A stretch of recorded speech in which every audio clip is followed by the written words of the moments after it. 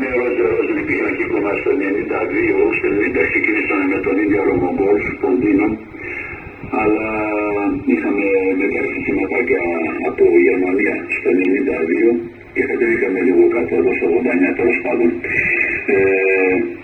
Ήθελα να είμαστε εκεί. Μετά με δεν θα γιατί έχω κάνει κάποια αλλαγή εδώ πέρα. Αυτή τη στιγμή Βασίλη ήταν 130 βασικά και 135 είναι. Εκεί περιμένω πάνε και τα αμπερόμετρα.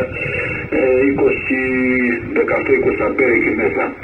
Αν ξεπέραν το 20 κάπου μερικές φορές. Οπότε υπολογιστικά έχει το σύστημα. Απλά και δεν είναι αυτή η ζουρουσία, οπότε βγάζει κάτι της. Τώρα αν προσλήβει κάτι και το πάει το σύστημα να ανοιχτεί κάνει και τα υπόλοιπα, ίσως κάπου και να τσιμπάμε κανένα 1-2-3% το βιολόγος, θεωρητικά τουλάχιστον. Και πάμε από αυτά, διαφωνέμε. Μάλιστα. Έχει μια διακύμαση λόγου και ο Γιώργο, αλλά πάμε σε δυνατά και φυσικά και το ελευθεράκι επίσης. Εντάξει, και τα 130 ουισκάκια κάτι είναι, κάτι δίνουν και ένα διπάκι παραπάνω από τα 100, θέλω να πιστεύω. Αλλά είπαμε το άλλο το